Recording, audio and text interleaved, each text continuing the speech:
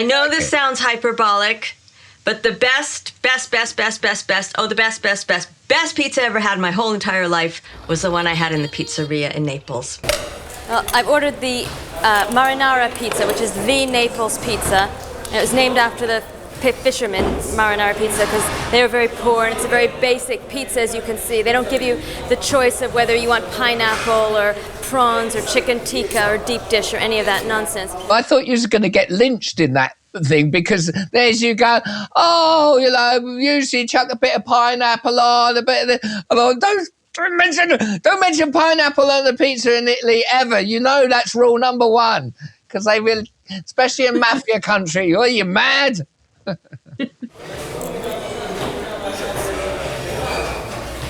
Well, it's, without exaggeration, the best pizza I've ever eaten in my life. I ate a whole entire one even before we started shooting. It was so delicious. Right, because it looked like you was picking at it. I know. Now I understand why.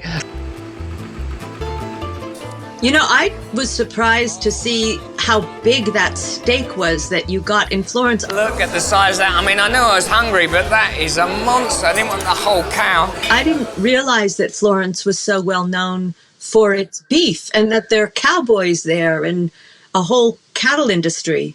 Nor did I. And I'm not into steak. And he brought it over and I'm like, oh, God. But it was a Fiorentina. It was done, you know, 15 seconds. And it was just so, it was like plasticine. It was just crumble. It was so edible. It was delicious. Oh, man. No, everywhere you go in Italy, isn't it?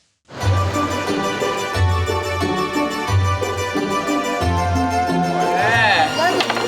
Right, Merry Christmas, kid. Vucciria market is in the centre of the old quarter, and it's great for cheap, fresh food. And that's where I met Luciana, who happened to be a pasta chef. What I found, not for the first time, I irritated myself in that. I was like, how can people watch him? He's getting on my nerves. I was getting on my nerves. There's a bit when I'm with the Italian woman, the amazing cook, and we get all the ingredients. When it comes to cooking, the Sicilians know half measures, and the best veg is at the market. Questa è brutta. Brutta! Sì, questa è una melanzana. And I'm going, garlic, metamumi, whatever. Pomodoro, tomatoes. Pepperino. Peperone. Peperona. Cipolla. Onion. Sale. Sale, sì. Pepe le spezie. Pepe le spezie. Basilico. Basil.